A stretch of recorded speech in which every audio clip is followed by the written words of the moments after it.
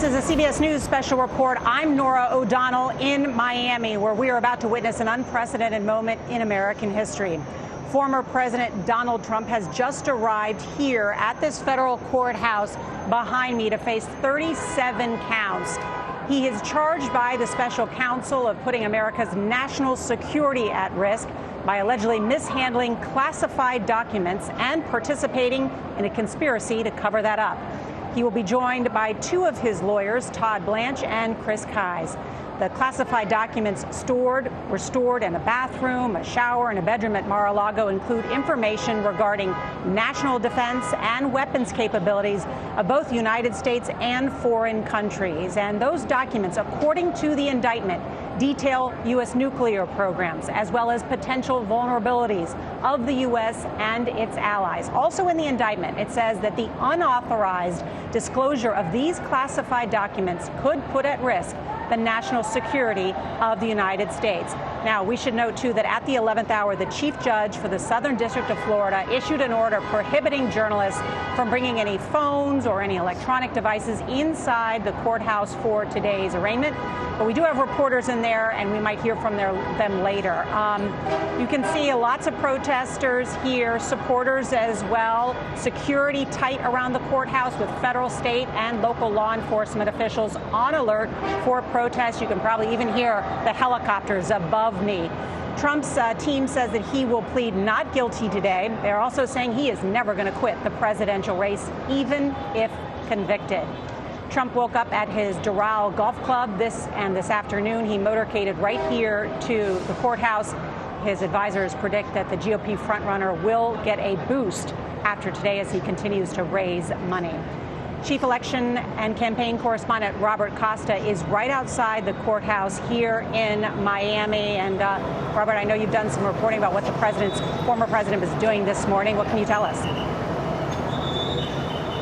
Good to be with you, Nora. While former President Trump has been focused on a political battle running for president again for months, last night he met with his lawyers at his nearby resort talking through the next steps in this legal battle. And they believe this could be a protracted fight. But he's scrambling to try to expand his legal team. Two of his attorneys left the legal operation last week. He's trying to bring in some veteran criminal defense lawyers to bolster his ranks as he faces down the special counsel.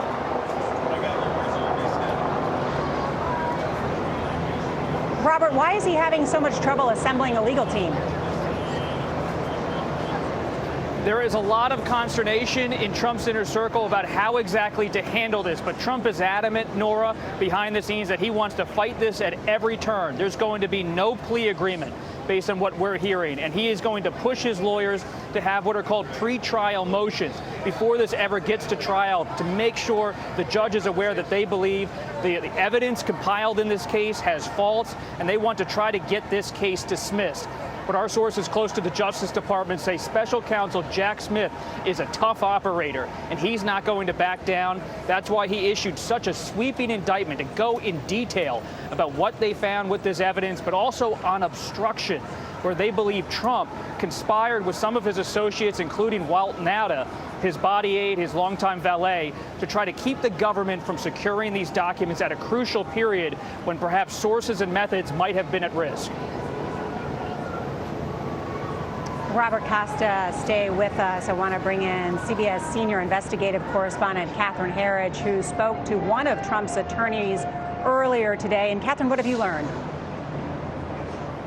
Well, Nora, a short time ago, I spoke with Alina Habba. She is a spokesperson and attorney for former President Trump. She handles these civil cases. This was her only network interview, and she spoke with CBS News.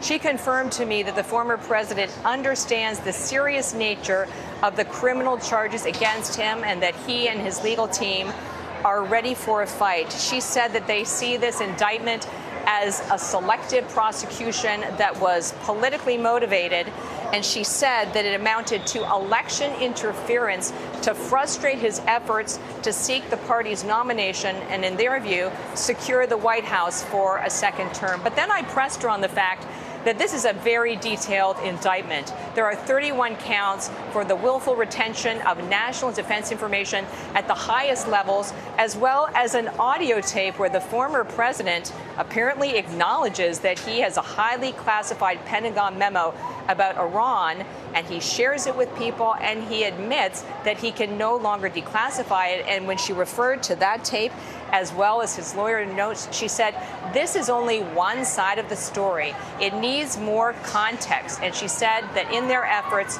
either through motions to dismiss or discovery, they will show what they believe has been a very one-sided prosecution of the former president, Norah.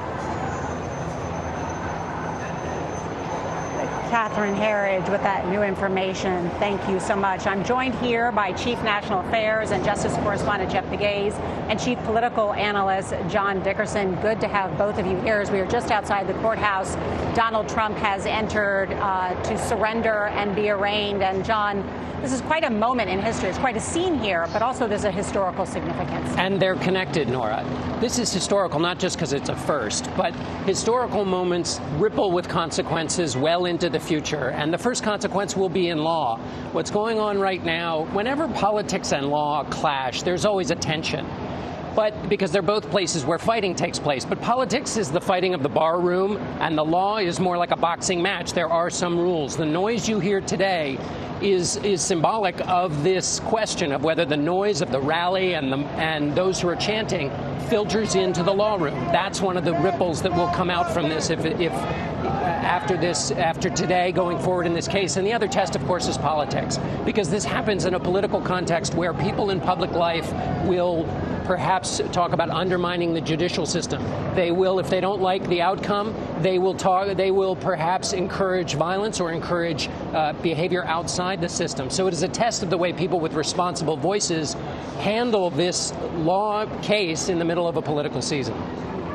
Jeff Pegues is also with us. And Jeff, security pretty tight around here. What are you hearing this morning in terms of the threat matrix?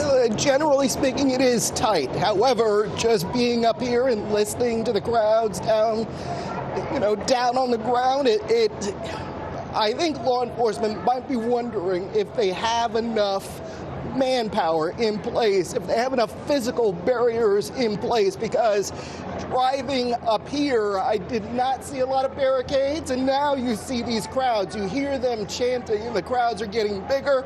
They're sort of surrounding the building. The question throughout the afternoon will be, is there enough law enforcement in place? Although security is tight. Is it tight enough? Mm-hmm. We know that Trump will appear before a magistrate in a ceremonial courtroom, essentially on the 13th floor, which is just about right across from where we are, right from our vantage point. An extraordinary moment. But because this is a federal courthouse, John, no cameras inside. Even our reporters that are in an overflow room don't have their cell phone, but they will be able to witness it, and we will be able to get a report after our own Scott McFarlane inside to give us those details. But right now, no media in terms of a live feed coming out. No media. And again, this conflict between Donald Trump and the theater of politics, he's changed the theater of politics in our lifetime. And yet this is taking place, no cameras, trying to squeeze out as much of the chaos of politics from this proceeding. The question is, will that be able to be the case going forward? We are so spoiled by technology.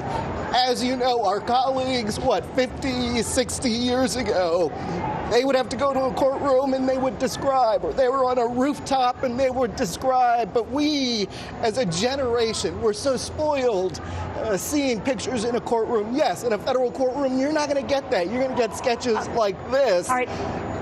And let's go through that, Jeff. Okay, will there be a mugshot of the former president? No mugshot. Okay. What about a DNA sample? A DNA sample, they will do. I understand there'll be a swabbing of that. What about fingerprints?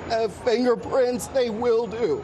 And we understand that Donald Trump will plead not guilty today. Mm-hmm. Yeah, he's He says he's not going to make a speech in the courtroom or speech outside, but just not guilty is what he is expected to say. Short and sweet, but obviously he's unpredictable. So we'll see. We are going to dig into not only the historical significance of today, but also the legal implications and perhaps the new Trump legal strategy, what it may be, even as he is scrambling to put together a legal team at this moment. But for now, let's bring in Meg Oliver, because she is outside the courthouse with us, too, where all the Trump supporters have gathered. Meg? Yeah, Norah, it is quite a spectacle out here on the ground in front of the courthouse. As you can see, several hundred Trump supporters have turned out. They're waving flags, they're chanting USA and Go Trump. And as you can see, there's also a lot of media, probably more media than Trump supporters. There are also protesters. I talked to one woman who traveled all the way in from New York City. There are people with signs saying lock him up, and the crowds are continuing to build. We have been watching cars streaming in here. None of the roads are blocked off, Norah, and as you can see, there are just more cars. They're beeping. People are taking pictures outside. And as also you can see, an increased security presence on the ground, by bike, and there are several police cars that are blockading around the federal courthouse. However, multiple federal sources have told CBS News they are concerned about the security situation. If this crowd continues to grow, and we know there are 4 more chartered buses on the way from Orlando with another 200 people expected to join this crowd, they are very concerned of keeping this crowd in control. There's only yellow tape bordering and protecting some portions of this building. So we will continue to see how many people show up here. But Norah, it has been peaceful all day long.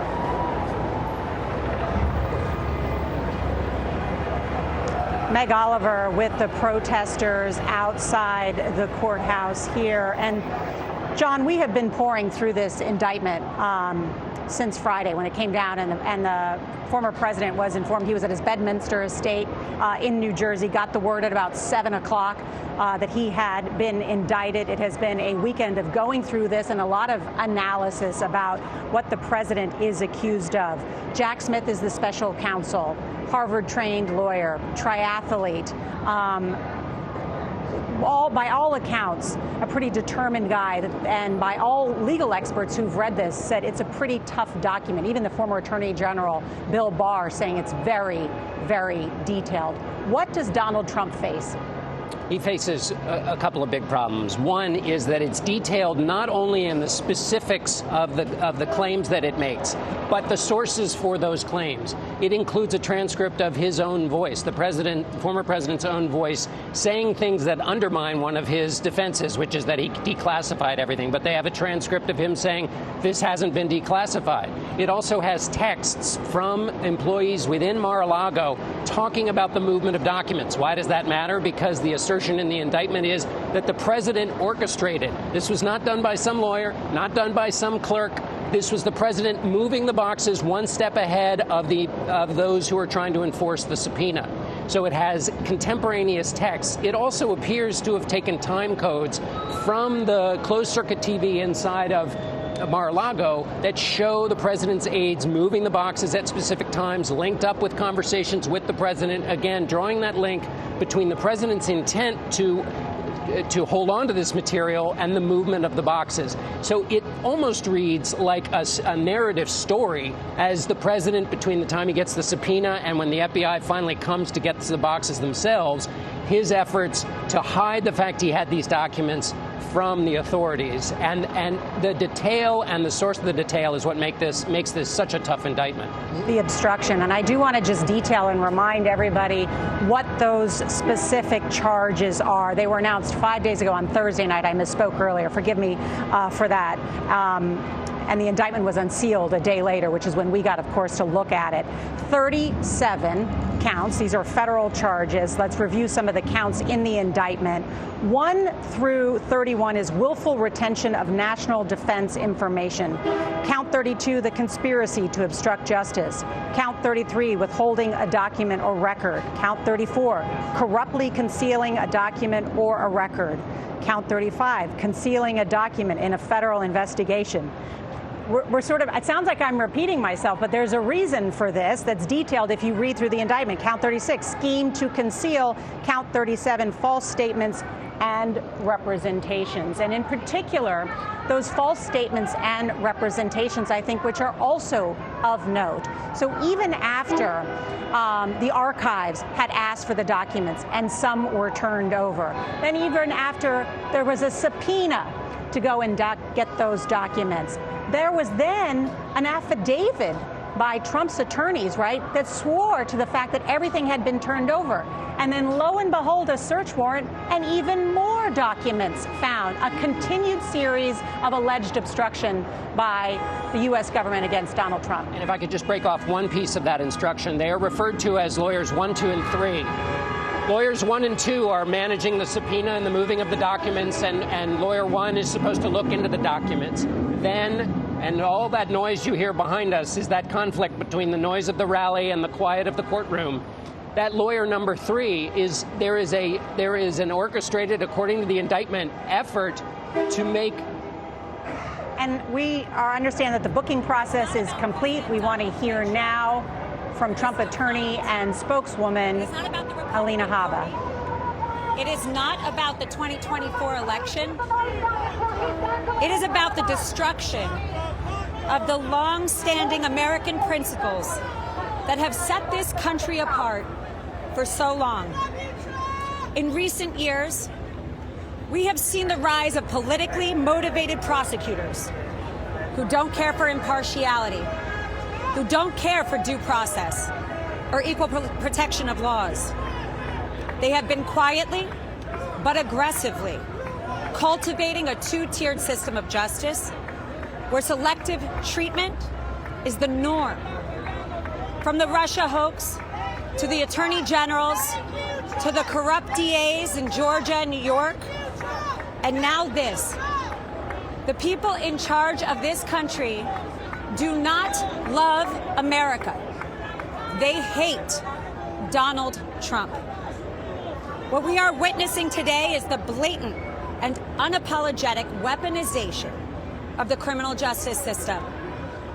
The Biden-appointed special counsel has sought fit to bring 37 federal charges against President Trump, the leading frontrunner, less than a year and a half before an election. Countless other individuals, Hillary Clinton, Joe Biden himself, retained possession of classified documents yet have not been prosecuted. And none of them came into possession of those documents while they were president. None of them were president who, as the head and sole member of the executive branch, has the power to summarily declassify documents. The decision to pursue charges against President Trump while turning a blind eye to others is emblematic of the corruption that we have here. We are at a turning point in our nation's history.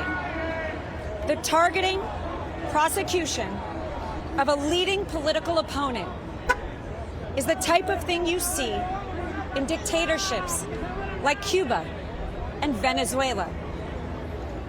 It is commonplace there for rival candidates to be prosecuted, persecuted, and put into jail. What is being done to the President Trump should terrify all citizens of this country. These are not the ideals that our democracy is founded upon. And this is not our America. Thank you. So what's happening right now inside the courthouse? Has he been arrested? Has he been fingerprinted?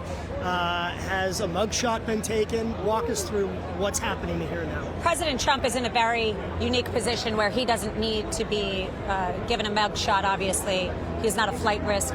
He is the leading candidate of the GOP at the moment. He is going through a process that has been coordinated with Secret Service, and it will all be handled seamlessly. And thank you, guys. The attorneys, what is his statement? Just real quick, how is he feeling? He's defiant. He's defiant.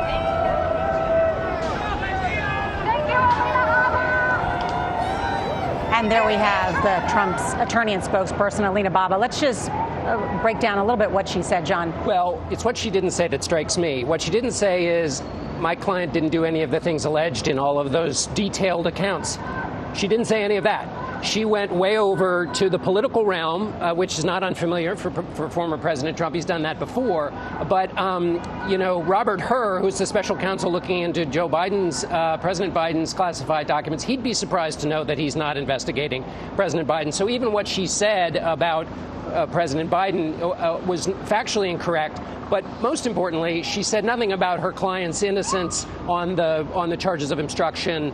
She did address the idea of blanket declassification, which, as we talked about earlier, the former president undermines in his own statements. Yeah, that message was music to the ears of Trump supporters. Even here in South Florida, you heard her refer to Cuba and Venezuela. There's so much history in South Florida as it relates to those two countries. There are a lot of exiles who live here. And so whenever you compare the U.S. to Cuba or Venezuela under Chavez or Cuba under Castro, you're sending a message to the people out here protesting, the honking of the horns, the chanting here. They are here for Donald Trump, and to hear that message, it's right down their alley because it says, oh, he's being treated differently. This isn't a democracy. Well, if you look at that case, and I've said this over and over again, as you know, investigators gave the former president every opportunity to turn over all the documents. And John, but isn't the opposite true? That actually the difference between the United States and Cuba and Venezuela is that no one is above the law in the United States, not even a former president of the United States. That's precisely right, and that the standard is the same. And so presumably the independent counsel who is investigating the sitting president is using the same standard as the one being applied to the former president. And so that's exactly right. And we should note, by the way, that the former Attorney General, Bill Barr, came out this weekend and said to these questions of weaponization, he said, I defend the president on Russiagate. I stood up and called out Alvin Bragg, that's the Manhattan District Attorney, and I've spoken out for 30 years about the abuse of the criminal justice process to influence politics. He said, though, about weaponization in this case, it is simply not true. That is a former Trump ally and a former attorney general weighing in on precisely the charges his defense lawyer was making about weaponization. Let's dig into that particular point that was made by the Trump attorney with Catherine Herridge, because it has been brought up repeatedly about the difference between now a federal criminal prosecution against Donald Trump and Hillary Clinton's emails. That was the difference is one between willfulness and obstruction, correct? When you look at the case of when you look at the case of then Secretary of State Hillary Clinton, Norah, that was an FBI investigation back in 2016. So again, during an election cycle. Just to remind, then Secretary of State Clinton used a personal server for her government email and for government business. And the FBI investigation found dozens of email chains containing classified information, some at the highest levels, like what has been allegedly found at Mar-a-Lago, including what are called special access programs. These are highly classified programs that in some cases the government doesn't even acknowledge that they exist. In 2016, then FBI Director James Comey said that Clinton and her team, these are his words, were extremely careless, and that he did not find evidence, in his view, of criminal intent or willfulness. Those are the key words here, and I think that's why Special Counsel Jack Smith specifically charges, in the case of former President Donald Trump, the willful retention of national defense information. So what does that mean for a layperson? It means you have highly classified information, and the allegation is that you refuse to return it to the government, even though it's the government's property. So to break down the cases in the simplest terms, it would come down to this issue of intent. Willfulness and obstruction. And Catherine, you laid it out so clearly in that point about why these cases are different in terms of why federal charges were brought against Donald Trump. Also want to bring in our CBS News legal analyst, Ricky Kleeman, who is following this along with us. And Ricky, you know this indictment in and out. what are the most difficult, or what is really, let's say this, what's the next step? What can Trump's attorneys do? Well, I think that's exactly the right question, Nora, and we learned a lot in the statements of Alina Habba, because you cannot defend the indefensible. This indictment is so detailed and so backed up by real evidence, by the text messages, by the movement of the boxes, by the matter on tape. So what the defense must do is fight the government on motion practice, and that means they are going to file various motions to dismiss. We got it right from her. They're going to file a motion to dismiss for selective prosecution, which they will say is a denial of due process. She was very interesting to me because of looking at the law. One of the things that she said was that none of the documents were with the other people that she was talking about, having to do with President Biden, having to do with Hillary Clinton, that none of their documents did they get when they were president.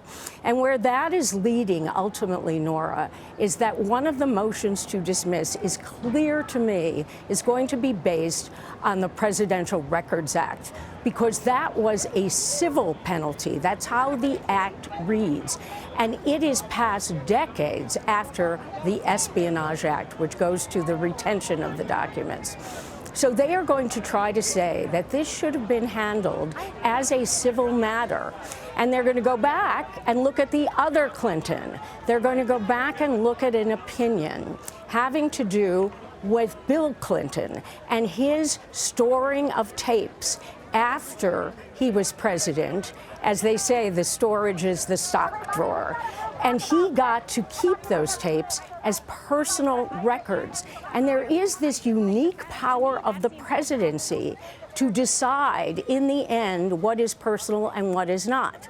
Understanding, of course, here the addition is that there is alleged obstruction. Okay, Ricky, that's one point. I understand you're saying that the president's attorneys will come forward and say he can keep these classified materials under the Presidential Records Act. But the National Archives came out and said this is not true. All records have to be turned over. And by the way, there is no you get 60 days after you leave the presidency. You have to have it done before you actually leave the White House. The rules are clear. Bush followed the rules. Obama followed the rules. In the case of Biden, there were some documents that were not, that ended up in his, they were turned back over. Pence, he had some, they were turned back over. There's no ambiguity about what the Presidential Records Act says. And another person who's weighed in on that question is Bill Barr. Attorney General Bill Barr, who said he in no way had a right to these records. If he were to claim that there was a personal letter, you can have a debate about that if it's highly personal, but not these kinds of records, which are the property of the United States. Let's keep going through some of these ways that I think Trump attorneys are going to try to argue this case. But first, I want to bring in our chief campaign correspondent, Robert Costa, because he's outside the courthouse in Miami. He's done such incredible reporting on this. And really, maybe even before the Trump team can make their counter argument, they have to come up with a team, right? Why are they still scrambling to put together a team for the former president of the United States? What's going on? Nora, when you step back and look at the past 10 days or so, the past 10 days have been effectively a century for the Trump legal team. They have had so much upheaval. It was just a few Mondays ago they went to the Justice Department, two lawyers, Jim Trusty and John Rowley, and had a meeting with the special counsel explaining their concerns. Yet just days later, the indictment's unsealed. It gets very real. Then those lawyers leave the legal team. Now Trump trying to bring on new people. But it's complicated for the former president because he's here in Florida. Many lawyers are not able to practice necessarily in federal court in Florida unless they're really granted approval to do so. It's much different in Washington, where it seems like a lawyer is on every street corner going down K Street. And so now you have a former president meeting with his team, expressing so much grievance behind the scenes. Last night at Doral, on his campaign plane, we're told, talking to friends on the phone. But when it comes to a legal strategy, yes, fighting can be one. But at the end of the day, the special counsel and the federal judge are not always predictable. Now, the Trump camp is hoping that Judge Eileen Cannon, a Trump appointee, will end up overseeing this case in the coming months. And something to pay attention to now is when does Judge Cannon, if it does end up being her as we expect, when does she set the next meeting for Trump or his lawyers to come before the court? The special counsel has asked for a speedy trial because of what's all swirling around this case. But if the judge says we're only going to meet in a month or two, that means this could be a protracted process that takes the former president deep into the campaign next year. He could be having court appearances in New York, in Georgia, if he's indicted there, here in Florida, all while he's running for the nomination in places like Iowa and New Hampshire. Robert, is it possible that the former president is having trouble hiring some new lawyers because he's dismissed so many in the past, or so many have resigned? When you look at former President Trump's career, there have always been high-profile, controversial advisors and often attorneys. Think about Roy Cohn, who was at Trump's side in the 70s and 80s before he died. Then there was Michael Cohen, his longtime fixer. But Trump, as much as he wants television lawyers, people who can be brash brawlers in television appearances with the press, he also needs veteran defense attorneys, often with his real estate deals, but now with a criminal trial, who take this seriously, who know the law. Because when you're dealing with the special counsel, it's not like sparring in a green room or on a television show. You have to really know the law on a federal level, on a criminal level. And if you're that kind of lawyer, you're going to probably take some pause before you sign on to this kind of case. Though Todd Blanche, one of the more respected lawyers in this area, he has signed on with Trump, and he has left his firm, a prominent firm. So Trump is now, we're told by many sources, telling Todd Blanche, who's very low-key, doesn't go on TV, to be a killer for him, Trump's words behind the scenes, and try to sew this up for him legally. Robert Costa, thank you. And just to let everyone know, former President Donald Trump is inside this courtroom right behind me, this federal courthouse. He has been booked for 37 federal counts against the former president of the United States. He is the only current or former president who has faced federal charges of this kind. The special counsel alleging that what Donald Trump did put national security at risk. Jeff Pegues was actually near the special counsel Jack Smith last night. Tell us about that. Quite unexpectedly, I was flying down to Miami, and I was at the airport in D.C. and noticed this guy with this beard walking up. If you've seen a photograph of him or video of him, there he is. And I think that's my video. If you see a photograph of him, you see that distinctive beard. What else I noticed is that no one recognized him except me. You know, here is the guy tasked with taking on a former president.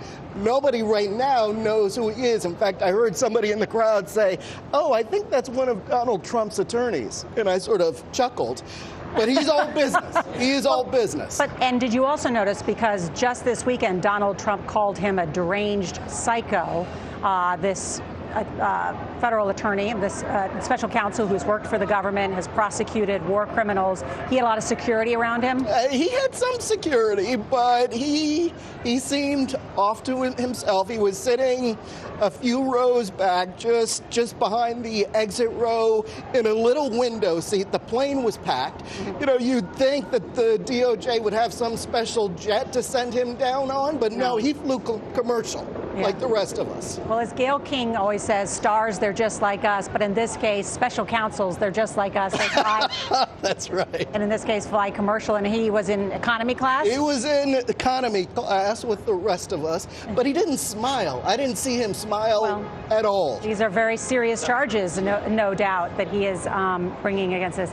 And I want to ask you, too, about John, because right now the president inside, we will never get pictures of what happened inside, but it is a moment to go from being the president of the United States, the leader of the free world, to have to stand before a magistrate and hear these charges and then plead not guilty and think about, and he has escaped accountability in the past and believes he is the focus of political persecution, but this is distinct. It is distinct, and also it's distinct with respect to all the previous clashes Donald Trump has had, either with the impeachments or with anything else, because he always asserted that he never did anything wrong. But the behavior contained in this indictment is the behavior of a person running around trying to get away from authorities. There is detailed accounts of him knowing that, according to the indictment, and the details seem to spell this out, knowing that he is doing something that he's not supposed to be doing. Yeah. And so if he carries that into the courtroom with him,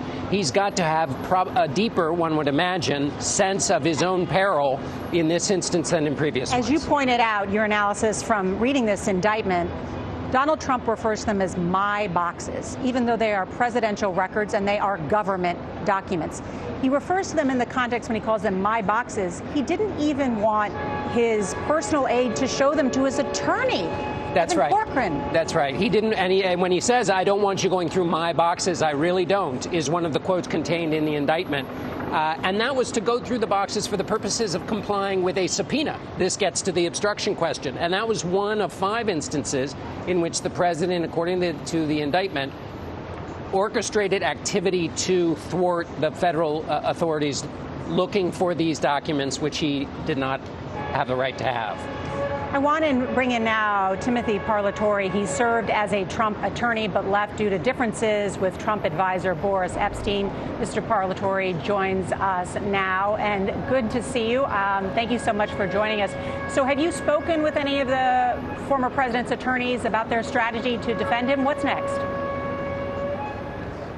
I have not spoken with any of the current team about this. You know, my tenure on the legal team ended in about a month ago, and certainly I remain close with John Rowley and Jim Trusty, but I'm not in contact with the current team.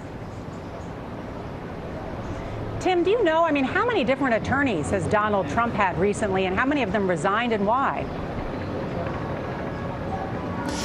Well, look, he has a lot of different attorneys because he has a lot of different cases. And, I can't really speak for anybody else. I have my reasons, which I did discuss at the time that I left. It's not something I really want to, belabor. It's difficult to represent a client in a case like this when there are other influences at play. So that's why I felt that it was best for me to leave. And certainly I hope that he will find a team that can properly defend him in this case. No doubt you have read through all 49 pages of this indictment and looked closely at some of the evidence in this indictment. The former Attorney General Bill Barr calls this a very, very damning indictment. Is he wrong? Well, I think that the problem is you look at the indictment, and if you just read it by itself and you assume that everything in it is true, and you kind of ignore a lot of the conduct of the DOJ team in getting to this point, it can look that way.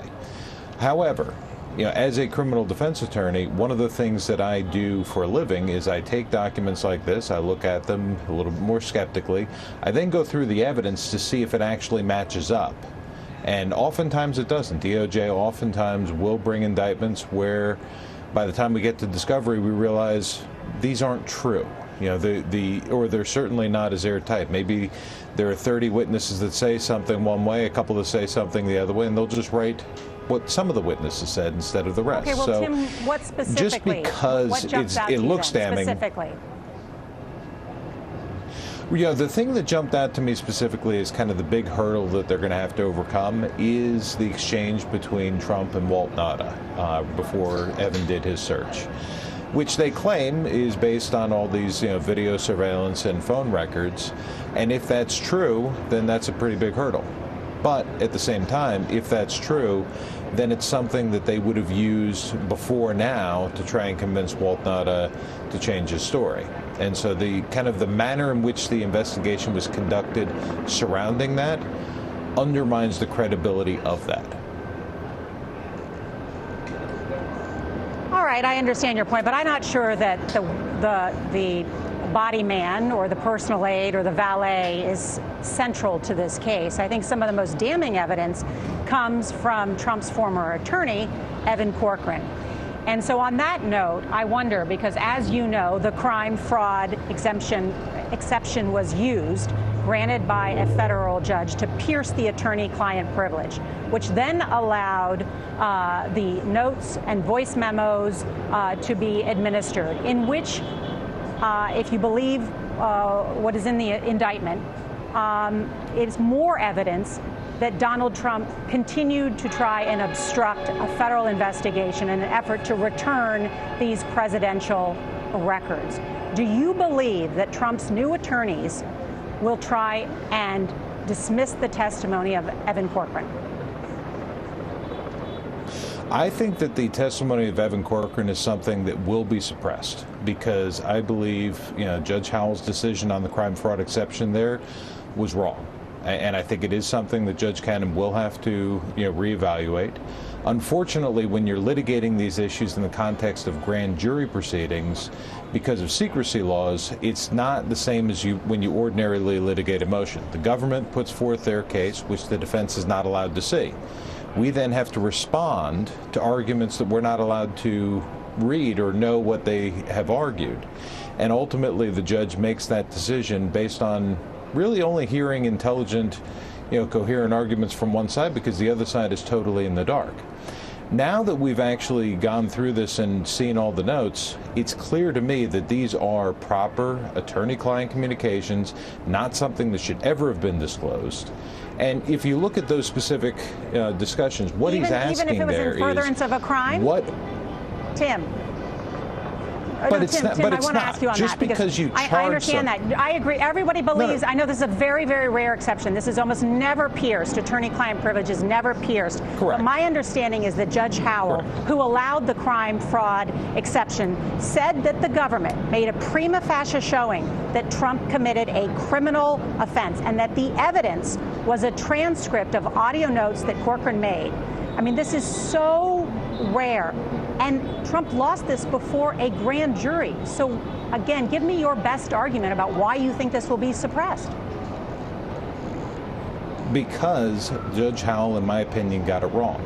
She didn't hear from the other side. We weren't able to fully litigate the motion. And now that you see what's in the notes, it's clear that she got it wrong, because these are attorney-client privileged communications. He's asking about what are we required to do? What are we allowed to do? And one thing that's kind of lost in what's in the indictment is the context here, where he's specifically saying, look, I read about when Hillary Clinton got a subpoena and David Kendall deleted 33,000 emails. Are we allowed to do the same thing? Because they didn't get into trouble. You want clients to ask you those kinds of questions. You want to encourage them to ask those kind of questions so that they understand what their rights are, what their responsibilities are, but you want them to discuss that in an attorney-client privileged environment. And I think that the precedent that Jack Smith is trying to set here is extraordinarily dangerous, because what he's trying to set here is, if you ask a question to your attorney that the answer is no, then the government is going to try and pierce attorney-client privilege and then charge you for asking a question. It's very dangerous. It's very unconstitutional. It's not something that he should be doing, or that anybody in DOJ should be doing. And any attorney who has actually counseled clients who have received grand jury subpoenas will look at this with the full context and know there's nothing criminal about that exchange. And so therefore, it should never have been disclosed. There is potentially a crime fraud exception argument for Evans saying when he was going to do the search. Just that piece of it, so that could be in furtherance of when Walt Nauta moved the boxes. That doesn't mean you give over all of these other pages of notes and all of these other attorney-client privileged communications. And I think that did irreparably taint the grand jury proceedings. And moreover, Judge Howell, when she rendered that decision, she didn't give us the opportunity to appeal. Ordinarily, you have a couple of days to appeal before they hand over the notes, and you go to the circuit and you try and stay it. She didn't wait. She immediately gave the notes over to the prosecutors, thereby mooting the appeal so that we wouldn't be allowed to go up. So that's something that I think that the trial judge is going to take a hard look at. And really, I would expect that this would get reversed and go back and say, no, this was not properly disclosed. Tim Parlatore, former attorney for Donald Trump. Thank you, Tim, for joining us. And just for those following along at home with a printed out copy of the indictment, like I am here, sitting outside where there's cars honking behind me and a helicopter, so if it's a bit noisy, I apologize. But for those following along, on page 21 of your indictment, right here, you can see, is the actual exchange between Trump and Trump Attorney 1, where Donald Trump says, I don't want anybody looking. I don't want anybody looking through my boxes. I really don't. I don't want you looking through my boxes. And then Trump says, well, what if it happens we just don't respond at all or don't play ball with them? C, wouldn't it be better if we just told them we don't have anything here? D, well, look, isn't it better if there are no documents?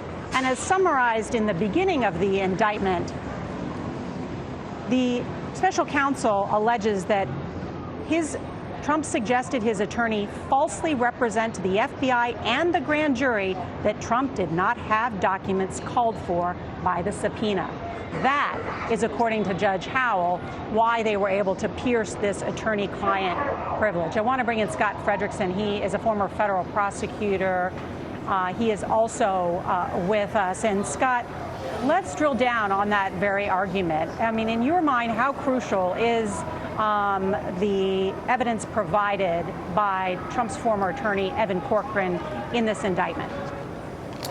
Well, that evidence is absolutely crucial. It's part of the obstruction case. In this case, as much as it is about classified documents, it's about the obstruction of the criminal investigation, all that occurs after the subpoena.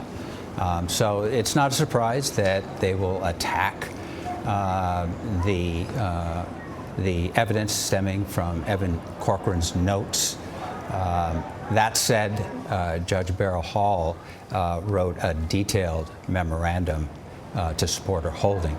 There are overwhelming facts supporting why the attorney-client privilege was pierced here. And it does happen, but it only happens when there's clear evidence of an attempt to commit a crime. And it's hard to imagine anything more clear than the notes of the attorney himself. Look, the reason he made those notes is because he was scared. He just had his client ask him, hey, wouldn't it be better if we just didn't have any documents? What if we just don't play ball? What if we just say no? And then he recounts the situation where his client says, well, take a look at these documents that he's supposed to review. And he does a plucking motion according to Mr. Trump's own attorney, which he interpreted as get rid of them. Now, if that's not enough, we also have the evidence that I suspect Judge Howell had that resulted in the false certification to the government that all the documents had been supplied, when in fact they had not. You've got videotapes of the boxes being moved around to mislead Evan Corcoran himself, so he didn't know what all the documents. That's overwhelming evidence. You won't see a stronger case of the crime fraud exception than there. So I think we just heard one of the main defense arguments here. But that's not going to carry the day. There's a very strong factual basis. Judge Howell held hearings on it, wrote a detailed memorandum opinion to support the basis of it. No one takes this anything but seriously, but that's going to stand up in this case. Got it. And Scott, I'm going to get Ricky Kleeman on this in just a minute, but I just want to ask you about what's happening behind us right here in this federal courthouse. Describe what's happening to Donald Trump right now as he has been booked and is appearing before this magistrate. Right now, he's likely seated in the ceremonial courtroom. There's a big crowd in there, reporters who are all dying to get on the phone and talk. The judge, the magistrate judge, is speaking and advising him of his rights including the right to have the indictment read to him, which he can waive, and ultimately he will ask how Mr. Trump wishes to plead. The former president likely will state in very clear tones, I plead not guilty.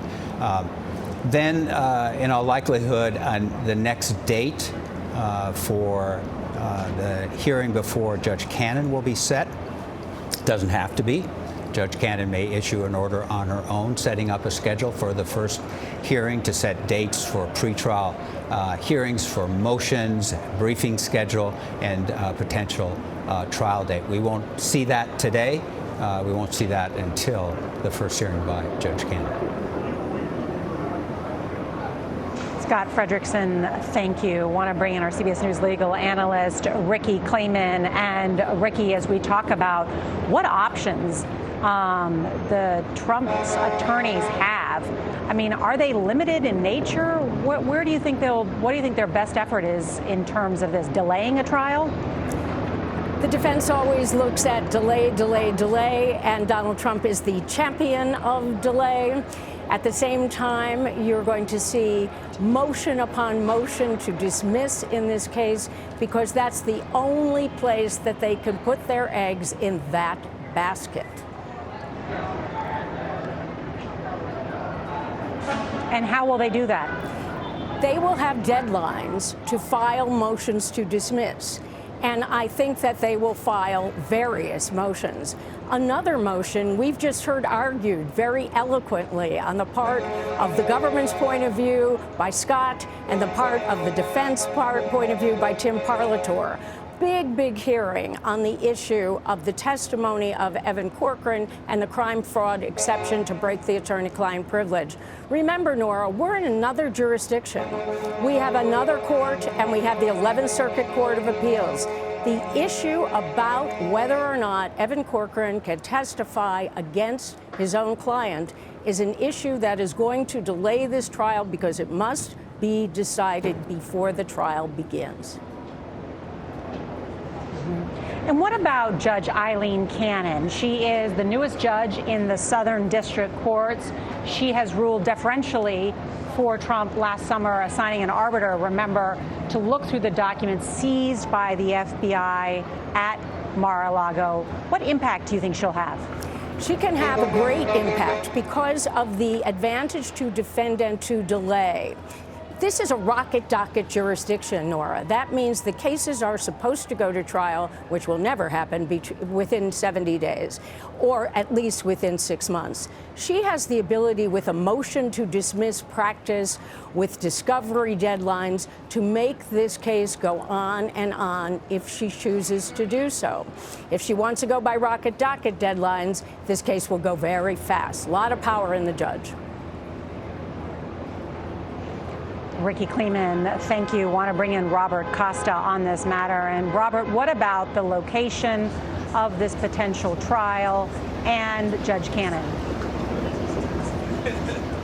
We're going to learn a lot, Norah, in the coming hours about how this is going to unfold, about whether the next appearance will be in Miami for this case or whether it will end up in West Palm Beach. Behind the scenes, Trump allies and lawyers are optimistic about Judge Cannon. They look at how she handled that so-called special master request to review the documents, and they believe that she might have some skepticism about how the government has gone about this case. And that's why in your interview with Timothy Parlatore, you sense a bit of confidence on the Trump side, even among his former lawyers, that because the government was aggressive in investigating these documents and trying to secure them, especially by cutting through attorney-client privilege by having that so-called crime fraud exception, that Judge Cannon could give them a hearing. But the government side of this, based on our reporting, is that the evidence is so widespread, it's piled up so high in terms of details and interviews with witnesses.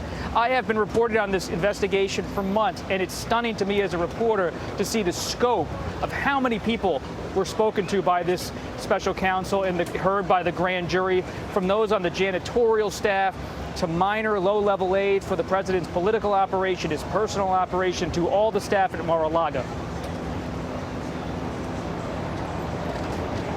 You know, Robert, one of the things I wanted to talk to you about is you've done so much reporting on this and analysis that, even as many people look at this indictment and say it is voluminous in its evidence against Donald Trump, including some of the testimony provided by Evan Corcoran, there is still a discovery process that will go on as part of a trial.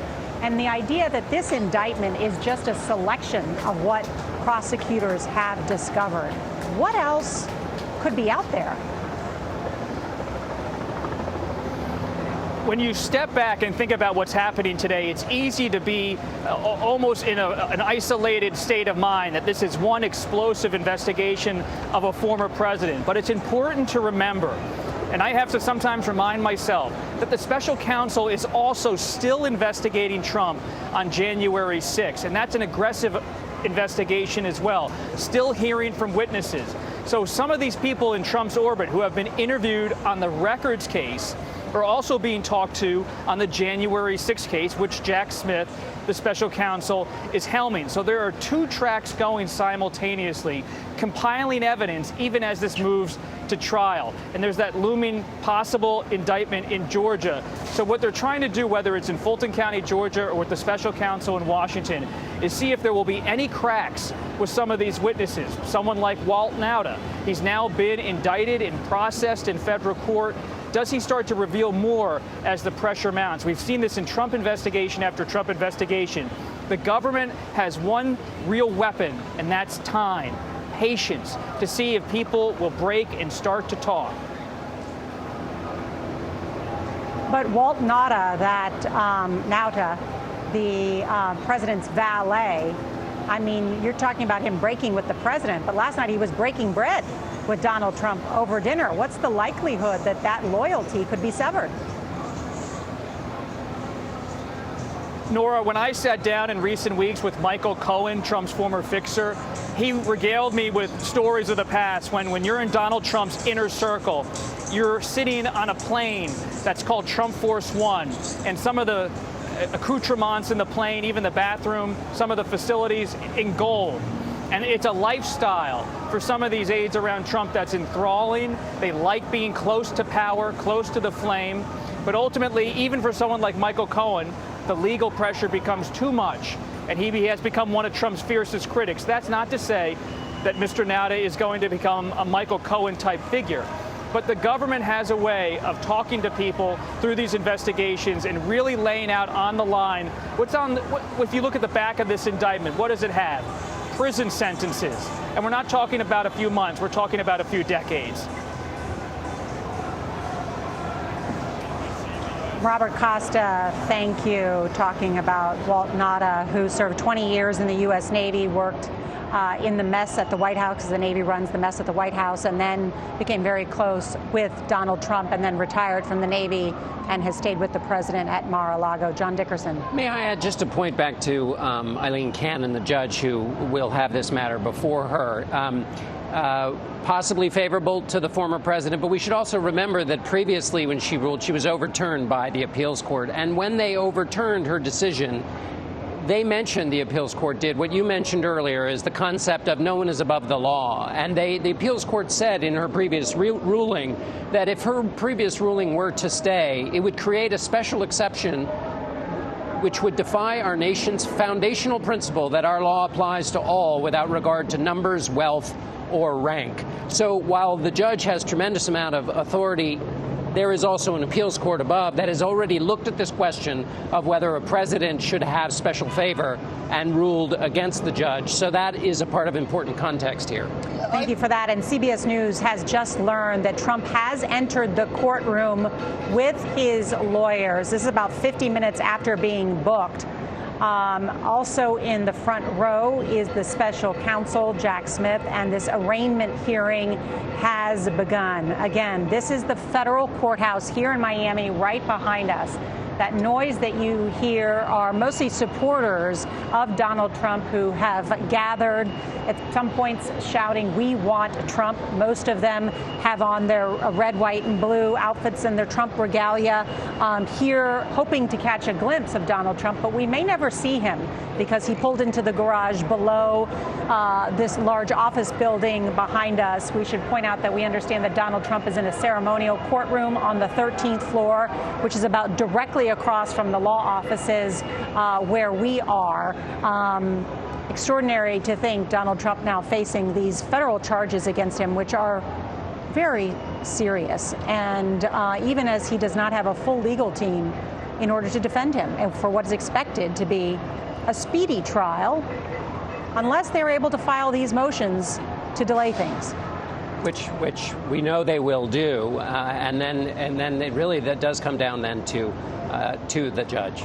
Mm-hmm. But to build on some of the things that you talked about here, that indictment, we've all read indictments in the past. There's something sort of unique about that one in that it reads like a novel. There are a lot of specifics in there, and I've talked to sources in law enforcement who anticipated some of the questions about the indictment that former President Trump and his supporters might raise. And so everything laid out in that indictment is there for a reason, including those pictures, which I don't know if we show those enough, because remember, those documents were being stored in bathrooms and ballrooms and storage rooms. And what's important about that is not just that it's kind of amusing, but that it was an attempt to get ahead of the law. And that's why it had to sort of any clear open room available. Well, actually, one of the things that I thought was really interesting, and there have been some excellent graphics put together about where are these storage rooms. Remember, Mar-a-Lago is not his home. He has a residence on what is a resort. It is a club. It's an expensive club to join. I believe it's now a couple $100,000 to join Mar-a-Lago. But this private club hosted 150 events from January 2001 to 2021 to January 2021, which is when Trump left office, to August 2022. There were 150 events. We're talking about weddings, fundraisers, you name it. We're talking about more than 10,000 people. There's Mar-a-Lago right there. So they were first in the white and gold ballroom. Well, then they had to move that. Sometimes they were in the lake room. Then they went to the Trump family suite in Pine Hall, but then they needed to put staffers there. So then Trump ordered the storage area to be cleared out. Well, that storage area is right by a door that's right by the pool where everybody hangs out and right by where they keep all the liquor. Right. So it's an area where there's lots of staff that work on that property. It's a resort. It's a club. It's a lot of people hanging around there, walking in and out. Why should documents, as this alleges, that where there are many top secret documents that are from 7 different of our top intelligence agencies, the CIA, the DOD, the National Security Agency, the National Geospatial Intelligence Agency, the National Reconnaissance Office, the Department of Energy in charge of our nuclear secrets, the Department of State, Bureau of Intelligence and Research. These documents are in a storage room near where the liquor is kept. Right. It is pretty... The bathroom, I know, is amusing for people, and that's why. But the storage room, underneath the resort, where lots of people go in and out to get boxes of liquor and the pool chairs and that kind of stuff. But it speaks to the higgledy-piggledy nature of the former president, as outlined in the indictment, to keep them anywhere so they wouldn't be found, including by his own legal team, in some of the ways that the outline of the indictment puts it. I mean, these aren't the Christmas ornaments. These are the most sensitive parts of American intelligence. And that, of course, raises a second political question, just if we can touch on it briefly. This is a person who's being asked to be given the responsibility to handle these kinds of secrets again. And the central question of that is, will you be a steward of the nation's most important secrets and national security for the betterment of the nation, or will you use them for your private purposes? And these documents he was using, the indictment alleges, and others who know him know, he was using to settle scores, to show off, not what the intelligence agencies put these documents together for. Well, and again, this is a former president of the United States. This isn't some low-level, entry-level employee of the NSA, CIA, FBI. This is the former president of the United States, who also, by the way, has the finances to build a skiff. Yeah, but there have been former national security aides. Sandy Berger comes to mind, who brought a document out in his sock and spent time. But not that many documents. No, I know. That's what I'm saying, for lesser charges. Yeah. Let's bring in Robert Costa on this matter, because, Robert, I know you have been to Mar-a-Lago as well, and the idea about these documents being moved around the property numerous times, which are the texts that are detailed in this indictment between Walt Nauta and another unnamed Mar-a-Lago employee.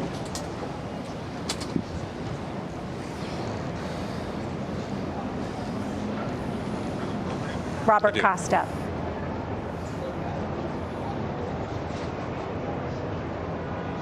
Forgive me, it's a bit noisy here with a lot of the protests, so I'm going to come back to Robert in just a second. But want to go to Catherine Herridge on this matter, because, Catherine, I know you've been digging into this as well. Your reporting, and specifically what this indictment details about the type of classification of these documents, some of the nation's most tightly held secrets, they were as part of these documents and in boxes. What do we know about them? Well, that's right, Northa. You raised an excellent point about the storage of these records at Mar-a-Lago. Really, they should be held in what's called a skiff, or a secure facility. That means that it's tightly controlled and restricted and designed so that our adversaries cannot get access to that information. I'm going to toss it back to you, Norah, right now. Catherine Herridge, thank you. I want to go now to Scott McFarland, who has just come out from inside the courthouse. He has new information. Scott? Moments ago, through his attorney Todd Blanche, former President Trump pleaded not guilty to these 37 federal charges. And Todd Blanche, in fact, said the former president is, quote, most certainly pleading not guilty. The former president sat, navy blue suit, red tie, hunched over at the table, his hands folded at first, then his arms folded, expressionless, not saying a word. It was his defense attorney who stood and said he's not guilty to these charges. The proceedings are ongoing. They're going to talk about release conditions. They're going to talk about future scheduling, the dates of the next hearings. But before the hearing began, the former president was booked. He was processed, digital fingerprints taken. No booking photo. The marshals deemed it unnecessary. They think there's enough photos of Donald Trump out there to use for the purposes of his prosecution.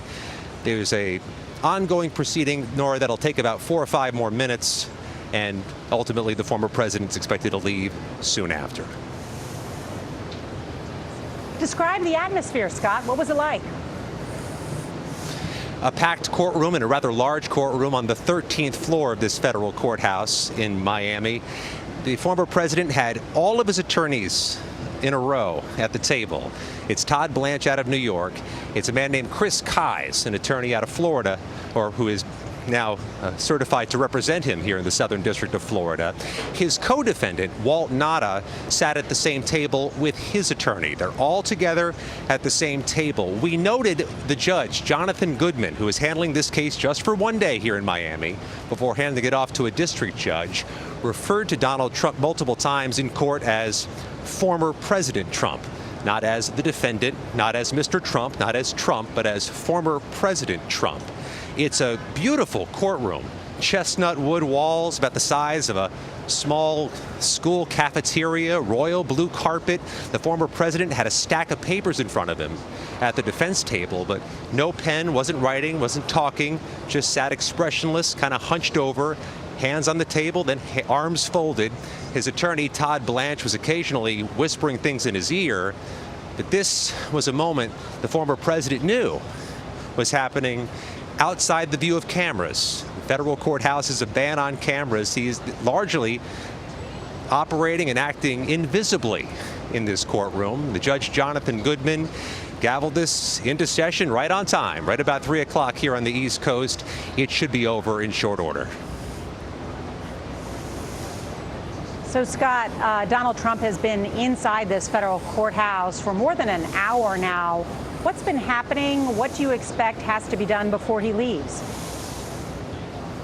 Well, they booked him in the courthouse itself. What CBS News has been told from law enforcement officials is that they booked him here in an office space inside the courthouse, either out of convenience due to the significant security in and outside the courthouse, or potentially for everybody's safety.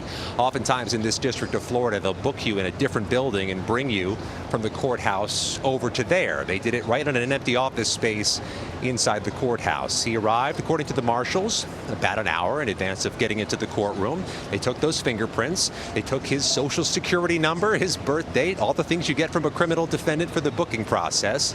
As I mentioned earlier, no booking photo in this case, but Donald Trump has an official case number. It's 23-CR80101. Quite a thing for a former president to have a federal criminal case number. He has been assigned a pretrial services officer. This is all uncharted waters, all history in the making here at the federal courthouse in Miami. We expect to hear before the proceeding ends, likely in the coming minutes, what release conditions have been ordered for the former president. What restrictions will he be under now that he's a federal criminal defendant?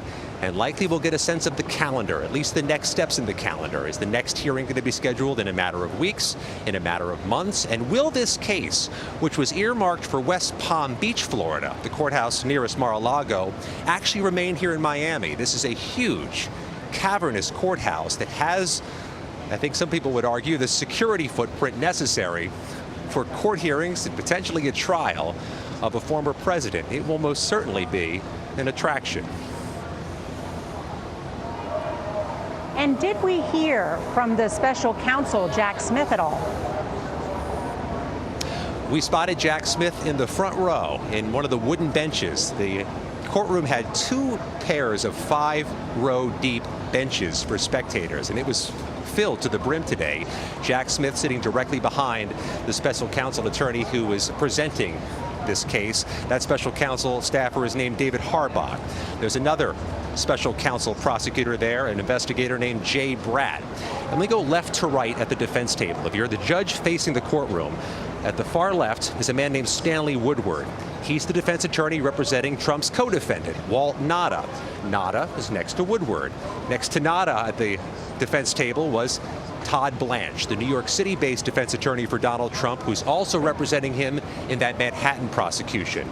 Then there's Donald Trump, navy suit, red tie, papers in front of him, hands folded, saying nothing. On the far right of that table is the other attorney, Chris Kise. At the prosecution, or the special counsel table, you had David Harbach, the special counsel staffer who spoke today, and Jay Bratt. The rows behind the special counsel table included the special counsel himself, Jack Smith, and a number of media members. Behind the defense table, a whole series of media members, and several members of the public who won a lottery to get a seat in the courthouse and in the courtroom for this unique, historic day.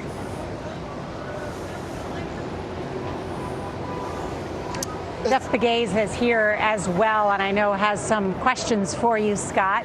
Scott, we know how much Scott loves courtrooms. He was in the courtroom for the Manhattan case as well. And so I was wondering if you could contrast and compare in terms of the former president's demeanor. How did he look today? What was his demeanor? Especially if you compare it to the video that we saw at the arraignment in New York City in early April.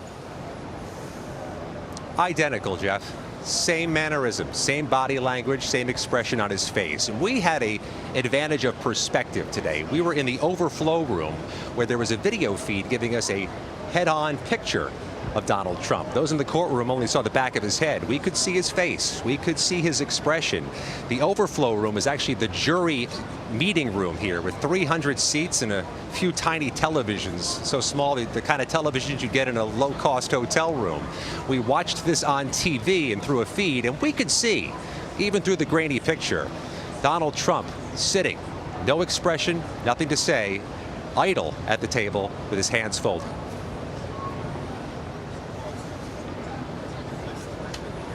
So, Scott, we know South Florida has a reputation of being one of those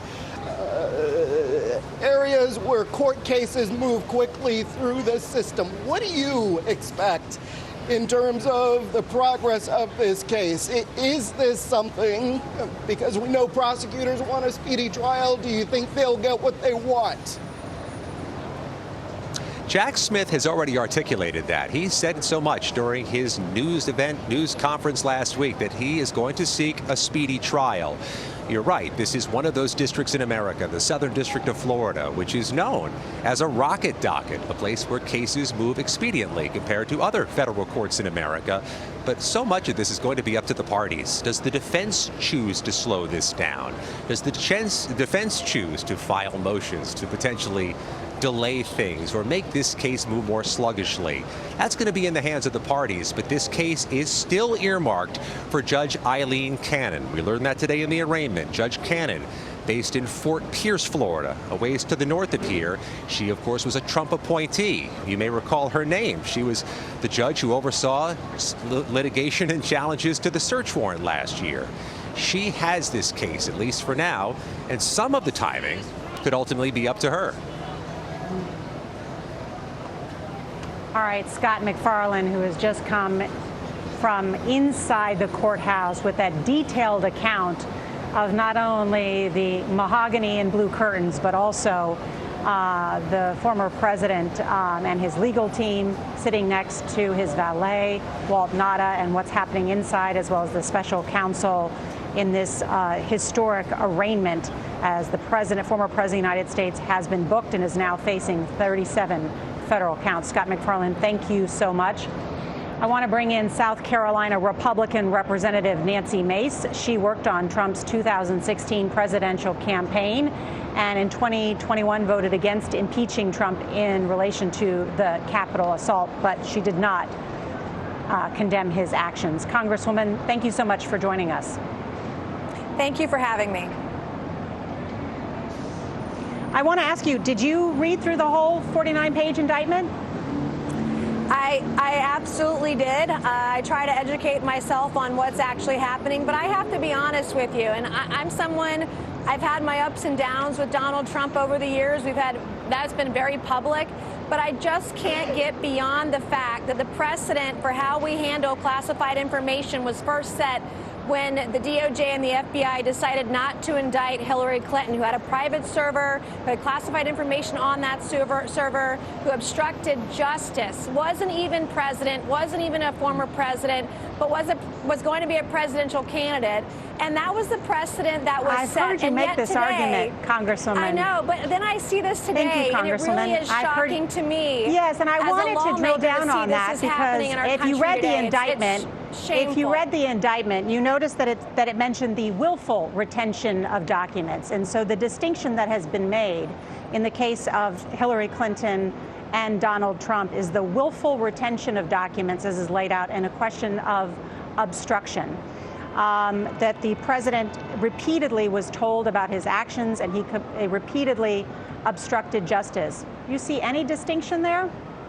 Well, I will say today, when I watch what's happening in this country, the FBI had access to all those boxes in every single room, and the precedent was set under Clinton that she would not be indicted. I think it's worthwhile to have a conversation about how we handle classified information post-presidency. I think that is a worthwhile debate because we want to protect our nation's secrets, okay? I want to get that off the bat. But the precedent was set under Clinton. She had a private server. I can't think of anything more willful than hiding a server in your bathroom in your home. I can't think of anything more willful than using hammers on your own telephone, cell phone devices, and your iPads to obstruct justice and then to be let off. And so if that's the standard, then it should apply to everyone, including Donald Trump.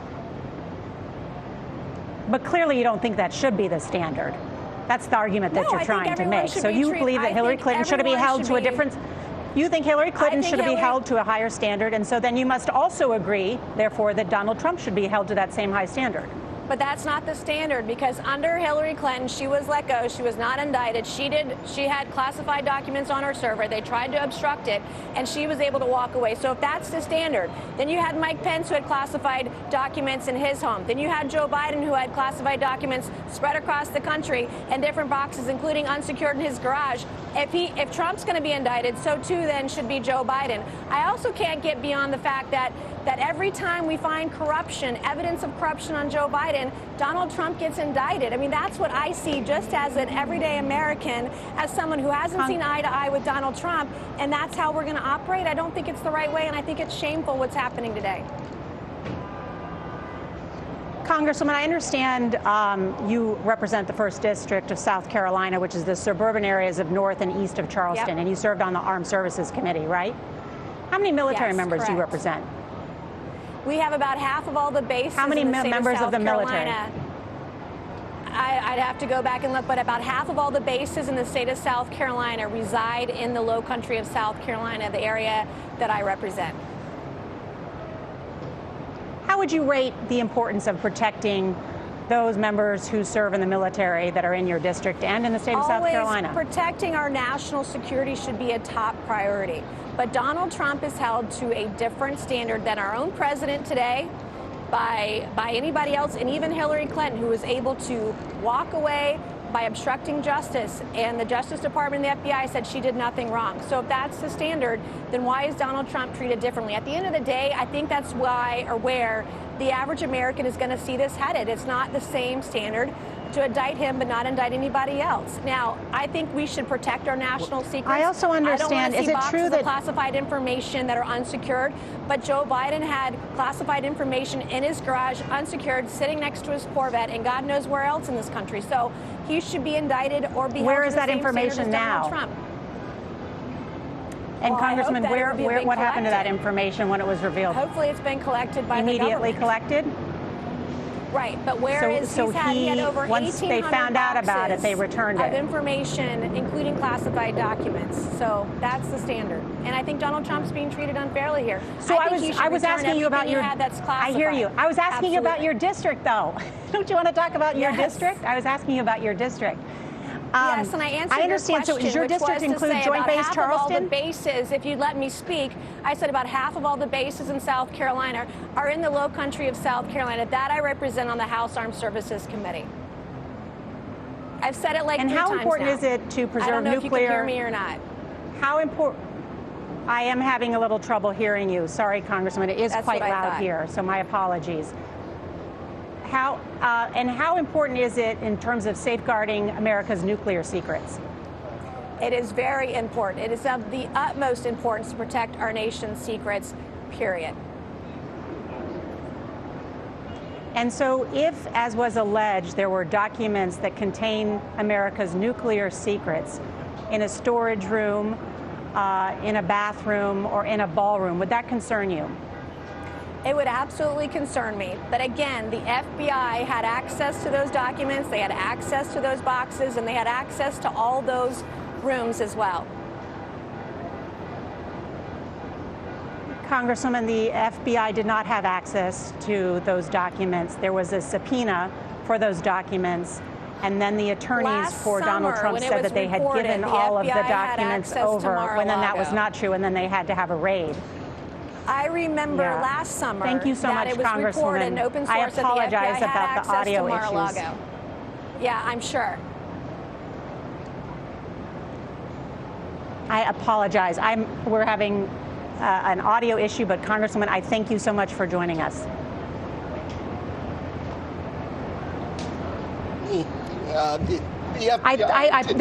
We were getting some feedback, so I apologize on that, but I think there was some back and forth. There was some misunderstanding. She was misrepresenting what, in fact, the FBI had access to at Mar-a-Lago. Yeah, there's no way. She made it sound that, like, the FBI had unfettered access to those documents. Well, they didn't, and that's why there were negotiations and ultimately the subpoena. Yeah, it was a misrepresentation, to be clear, of what the issue was. The president, the National Archives repeatedly demanded that those presidential records, government records, be turned back over. When they were not, then they said, we're going to refer this to the Department of Justice and the FBI. The referral was then made. A subpoena was then issued. Some documents were handed over. The Trump attorneys signed an affidavit that said they had turned them all over, which was inaccurate and not true, which is why then there was an additional seizure of additional classified documents. Also, if you're looking for a similar standard to be applied, there's a special counsel looking into the facts of the case with Joe Biden. He hasn't skated. It's happening.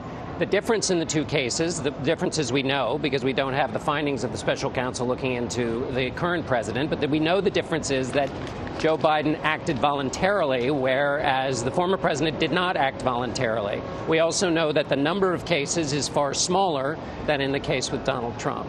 We also, nobody who talks about standards with respect to law enforcement, let's imagine for a moment that you thought Hillary Clinton was guilty. There's nobody who says that a miscarriage of justice in one case, if that's what you hold, gets somebody off in another. In other words, our mothers told us that two wrongs don't make a right. So you should enforce the standard in any given instance. And in this instance, the energy to assert a standard is missing from the conversation of the presidents, those who would defend the president. Also, there's a political standard, whether the president maintain the kind of character that you would want of a person who's asking to be given power again in the presidency. What is at stake in terms of the FBI's credibility with this case and the continued assaults on the FBI's credibility? If you come to South Florida, which I've done numerous times because I like visiting South Florida, you talk to people down here, and some of them will say the FBI has gotten beyond its charter. The FBI is out of control. And why do they say that? Because they see what is happening to former President Trump, and they don't like it. However, if you talk to law enforcement, the FBI was simply doing its job, upholding the Constitution, enforcing laws.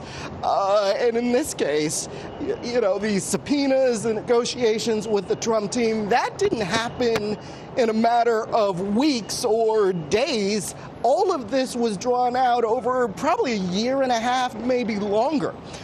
Because I've talked to sources within the FBI as well as within the Department of Justice who insist that they did not want to be here this day where a former president was indicted in a case like this. They tried to appeal to the former president to turn over everything that he had, and it just wasn't happening.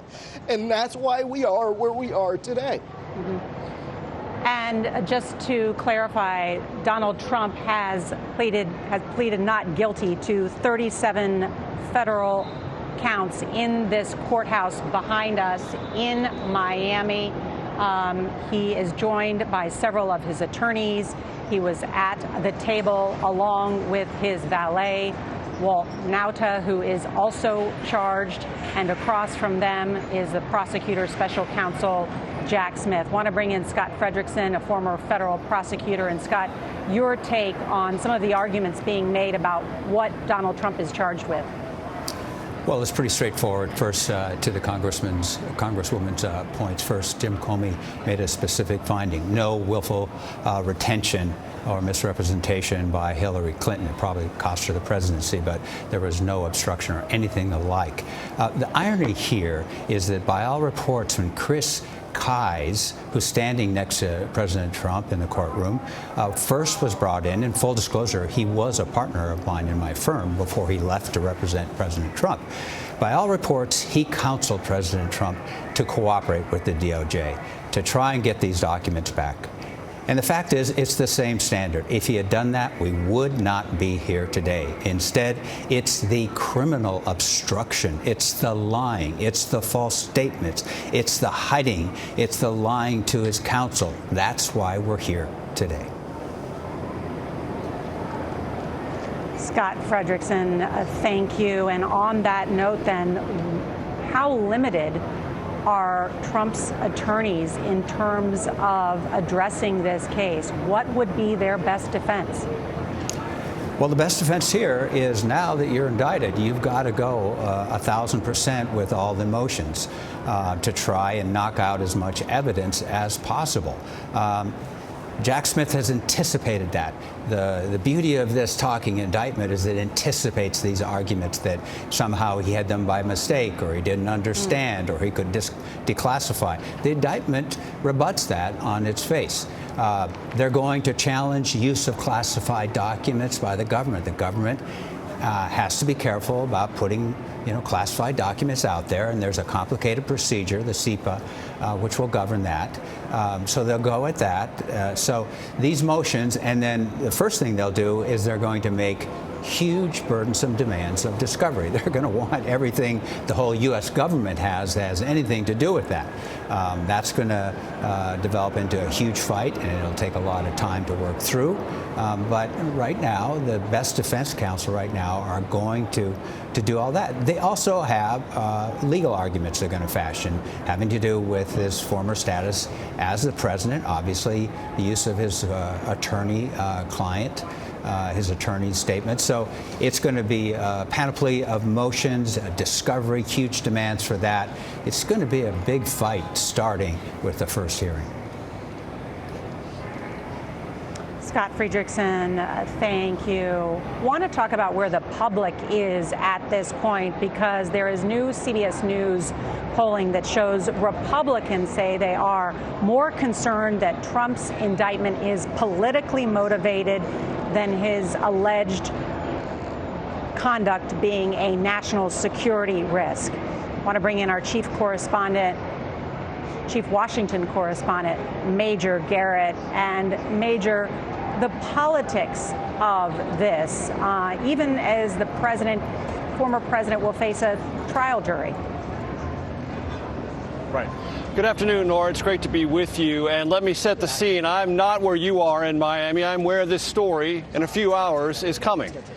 Trump's golf course in Bedminster, New Jersey. And let me just set the scene for the audience. The golf course is operating full tilt. Golf carts are moving and zipping around. People are playing golf, utterly indifferent, immune to the large media contingent that is right here in front of the Trump National Golf Club. What you see behind me, you see a podium and some chairs arrayed in front of that podium. Later tonight, about 8:15 Eastern, we are told former President Trump will give a speech to a gathered group of invited guests and club members, which will also double as a fundraiser. And I'll get to the politics and our graphics of our poll numbers in just a second. But that fundraiser, I'm told by those close to the campaign, they have a target amount of about $2 million raised tonight. That's not outrageously large, but the Trump campaign believes it would be consistent with sending a signal that he is undaunted amid these criminal charges.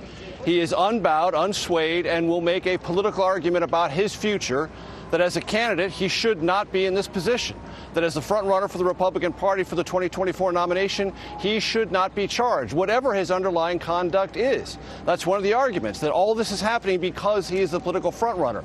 And rhetorically, he wants to reinforce that here in Bedminster later on tonight. Now, back to the polling data that we have at CBS, conducted in a poll across the country, June 7th to June 10th. I want the audience to keep in mind two numbers, 61%. Let's bring up the first. Why is that 61% relevant? Well, that's how many people in our survey, likely Republican and caucus voters, say they now support Donald Trump. 61%. Ron DeSantis, close, sort of, at 23%. Everyone else announced far, far, far below. What's the other 61% I want the audience to remember? Well, let's go to the next graphic. 61% said, after hearing about the indictment, it did not change their opinion of former President Trump. Won't change, 61%. 14% said it made them feel better about former President Trump. So 75% of those likely Republican primary and caucus voters that we surveyed said it either made no difference or it improved their sense of feeling about former President Trump. 18% said they weren't sure. Only 7%, Norah, said it made them feel worse about the former president. It is a snapshot right now, a reflexive one within the Republican Party to rally around the former president. Is that durable? Will that last the whole summer? We don't know yet, but that's where things are now. That's what the atmosphere here is at Bedminster, and that's what we're expected to hear later tonight when the former president addresses a small crowd and the chairs arrayed just behind me. Major Garrett with that new information and those new poll numbers. Thank you.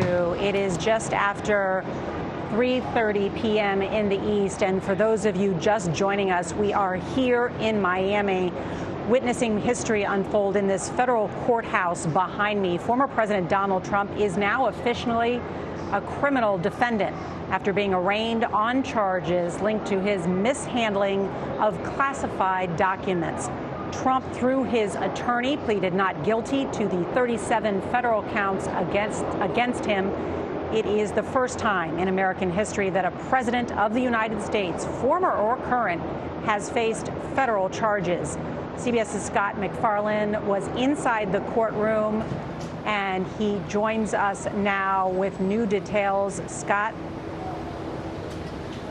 Nora, the proceedings continue as we speak, so let me bring in our justice reporter and producer, Rob Legary, who, like me, learned what it's like to run in Miami heat in mid-afternoon hours.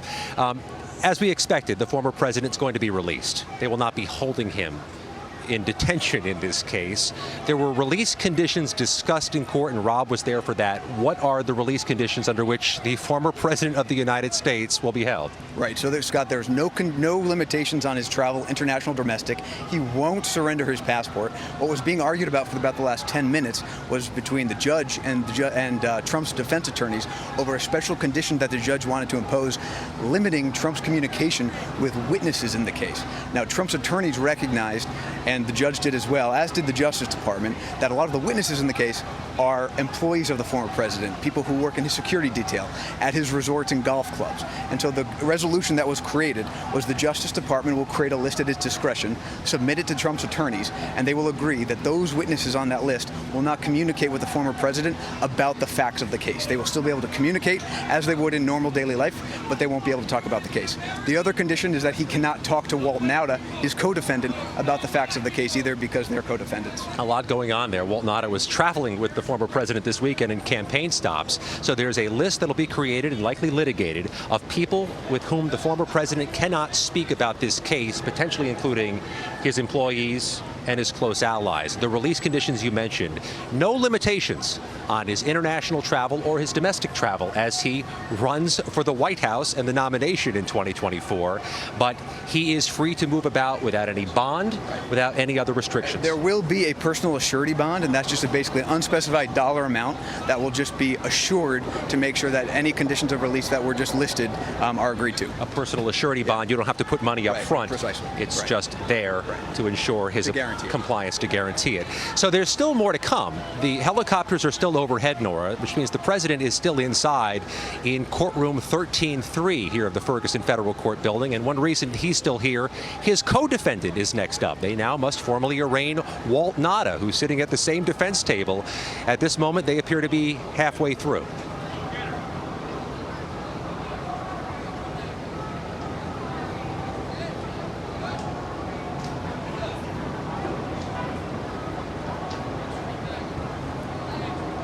Scott MacFarlane, thank you. It's a moment to take a look at exactly where we are, John, now that the president has been arraigned, still inside this courthouse for more than an hour and a half. Donald Trump now faces a number of legal and challenges. Yeah. We haven't heard yet from Georgia. Talking about New York, here, this federal charges, and potentially in Georgia. That's right. He faces, Jack Smith is still doing work on the January 6th insurrection, and then there's from Georgia. But what happens now is his fortunes bounce through the legal system with claims and counterclaims and judges ruling. All the noise that has been pelting us here today is out of that process. And now it's whether his arguments can win the day in court.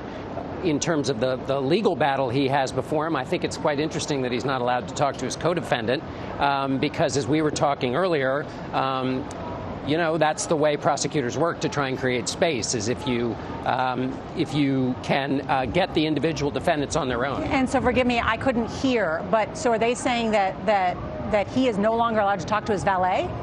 They want to limit the witnesses that he can talk to. From what I gathered from that reporting is that the prosecution is going to come up with a list, they will submit that to the court. And these are people that they do not want the former president interacting with. And of course, the big name is Norah, the valet.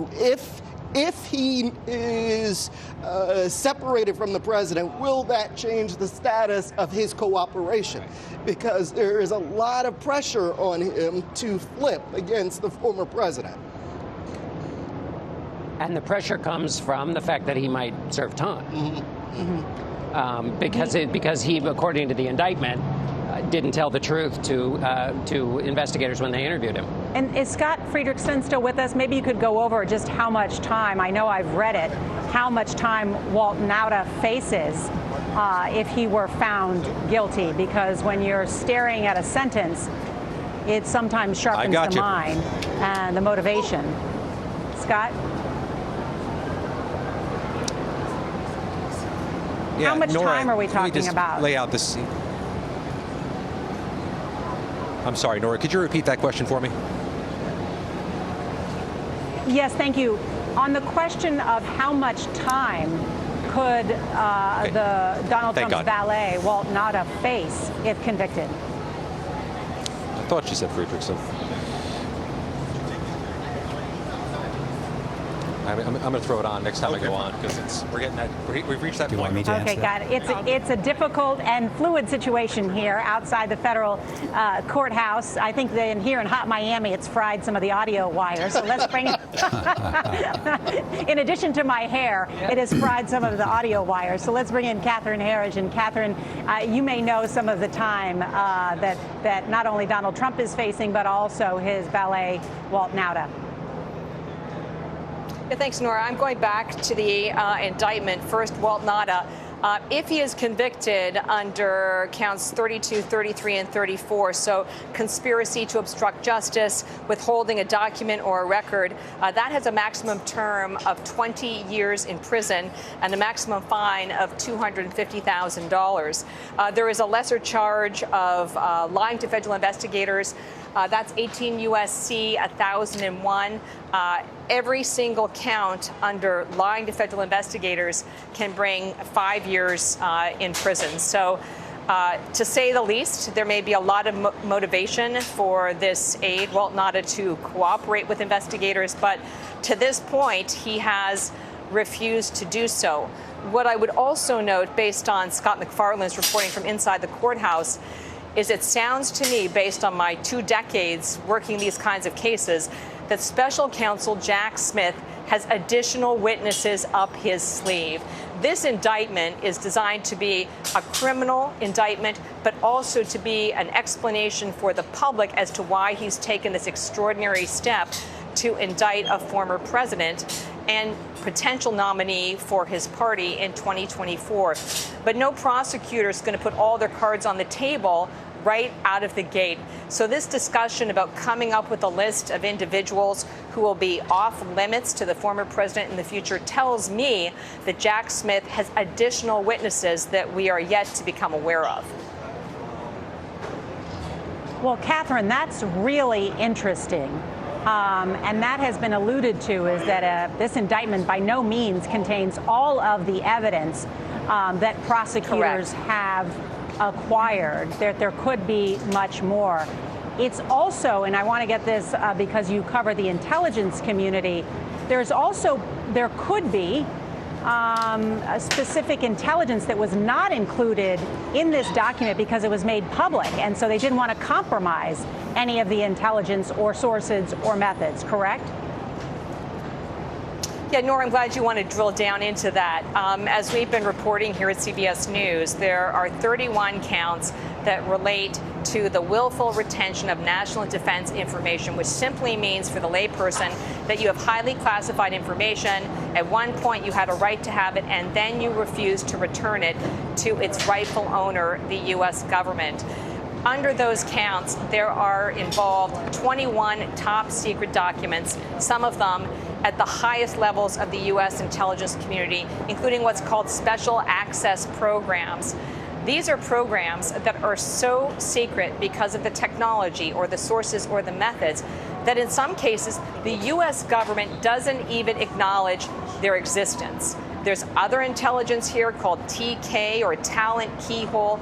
This is intelligence from space, from our spy satellites, that can help us understand the smallest movements of an adversary. In all of these cases, what we're talking about with a compromise is what they describe in the intelligence community, the expectation of exceptionally grave damage to national security. So that's the big picture on this case, Norah.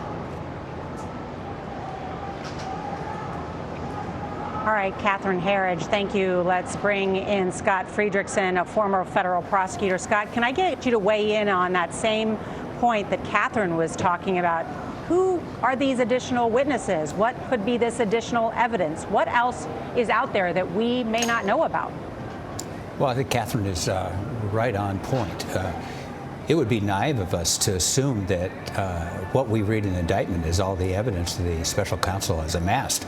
I'll give you 10-to-1 odds that there's a significant number of witnesses and a large amount of evidence that the special counsel has already obtained, has put in the grand jury, and will be used at trial. What we saw was a very specifically tailored indictment.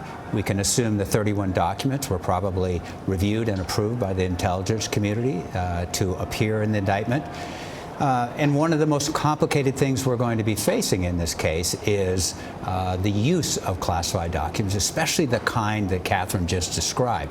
There's a procedure for that, but that kind of document, that kind of information can't be made public. So those are going to be the subject of extensive hearings for the government to determine how it can use that information in its case. And we're going to see that in the case in addition to those 31 documents identified in the indictment.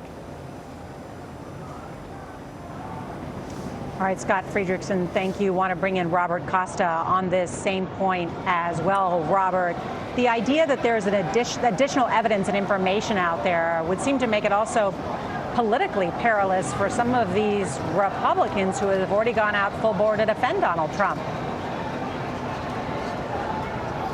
Norah, that's right. This is a fluid moment inside the Republican presidential race. I've been texting with other sources close to the rival campaigns, and they're telling me this afternoon they're all watching this very closely. Now, they're not going to come out and start speaking against former President Trump right now. They know he has a lot of support in the Republican Party, but they're starting to wonder, is this a moment where he maybe doesn't break apart politically, but does he start to show some cracks? I sat down with the Georgia governor, Brian Kemp, a conservative who's broken with Trump in some respects, and he told me yesterday that he has concern about this indictment, about Trump's conduct. He called this entire thing a distraction for the party. He said the party can't get bogged down in what's going on here. And former New Jersey Governor Chris Christie has been speaking out sharply about Trump's conduct, and even former Vice President Mike Pence, who served with Trump, has questioned whether the former president follows the rule of law. But legally, this is going to be something that's fascinating to watch in the coming months. For Todd Blanche, the attorney who's now leading this case, this could be the case of a lifetime. He left his law firm. He has now come into this Donald Trump orbit to be the lead attorney in a federal case. Notable that he was not the one coming out to speak to reporters. He was the one speaking in court for Trump, saying Trump was certainly not guilty in his view. And based on my conversations with Trump's sources, this case, if it ends up with a conviction, will be appealed and appealed and appealed by the Trump side, perhaps all the way up to the Supreme Court, because ultimately the lawyers are going to argue Trump had the right, executive privilege, to have these documents. So this is going to be something that potentially lasts months, even a year or more. Robert Costa, thank you. John Dickerson is with us on that same point.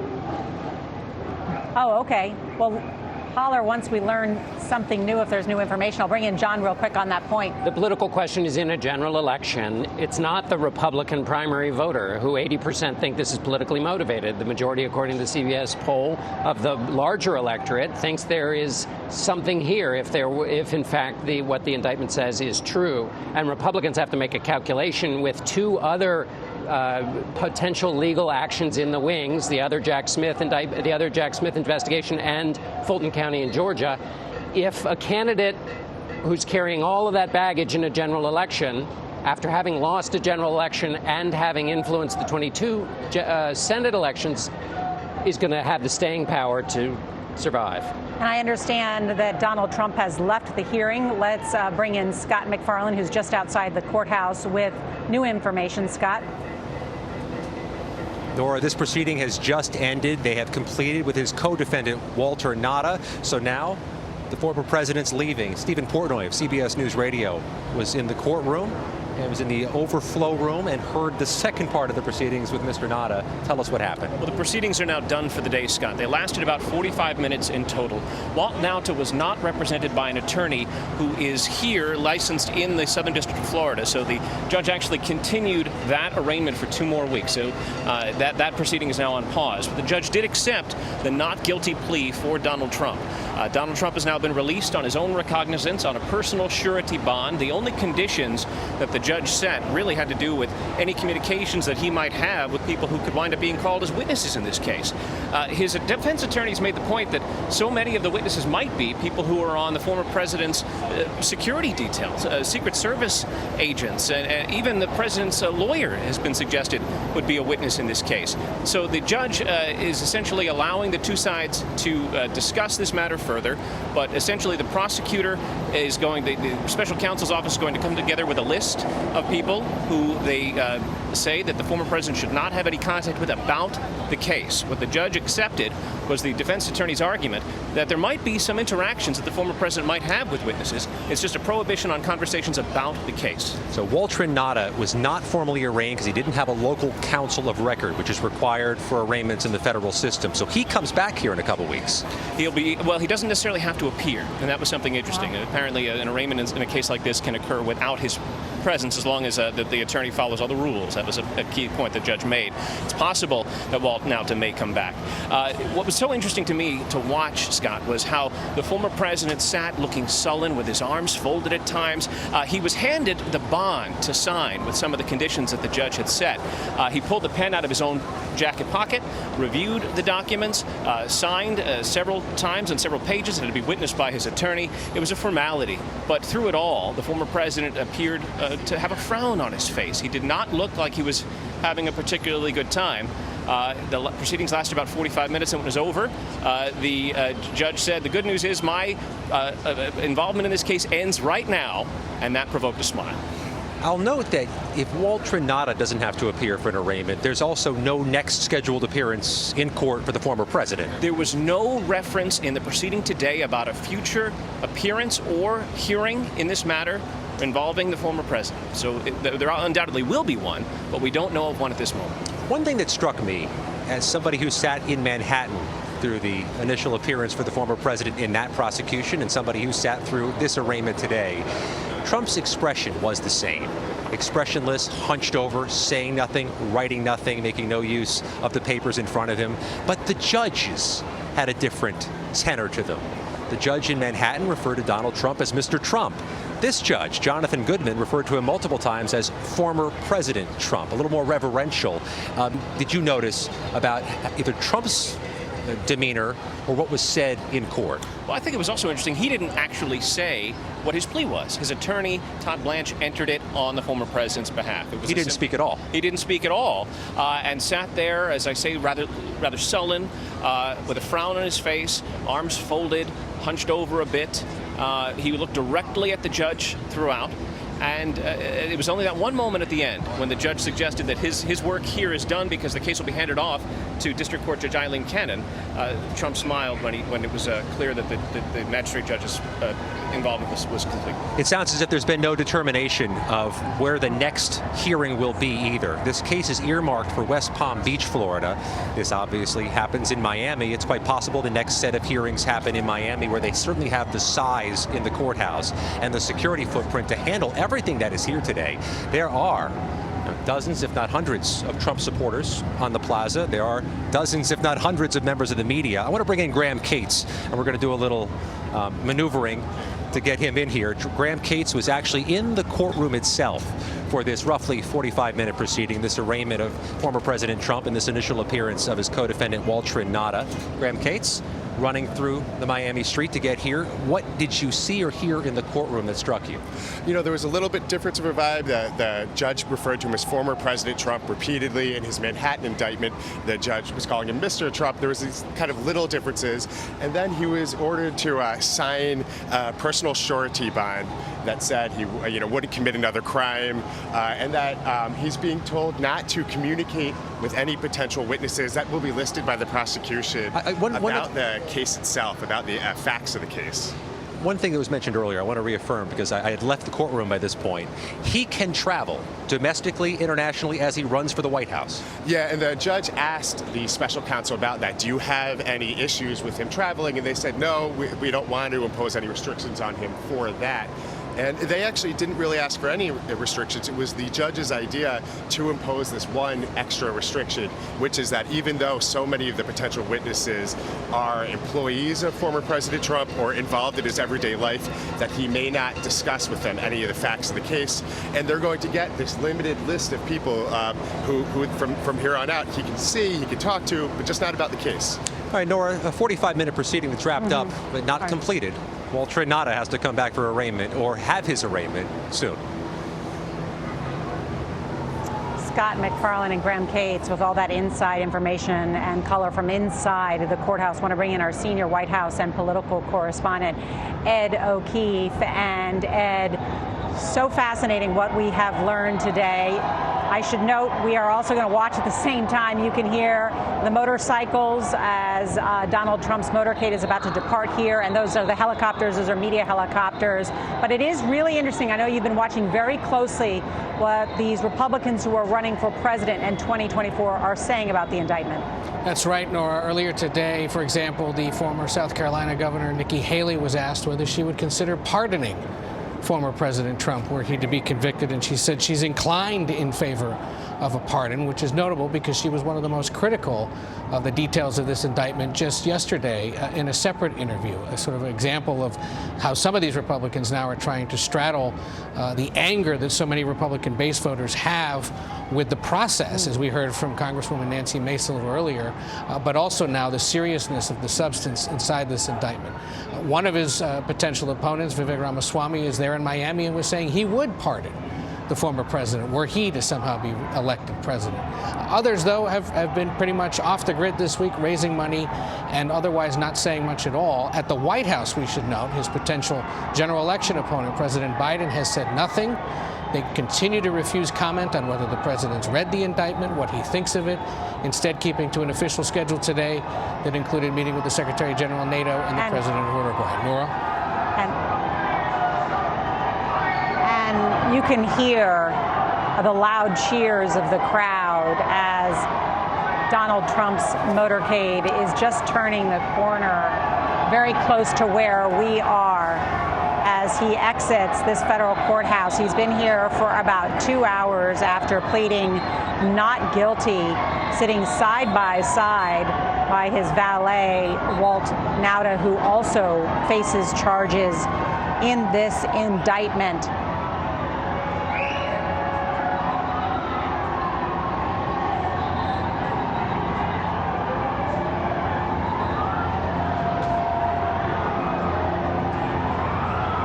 A supportive crowd gathered here in Miami.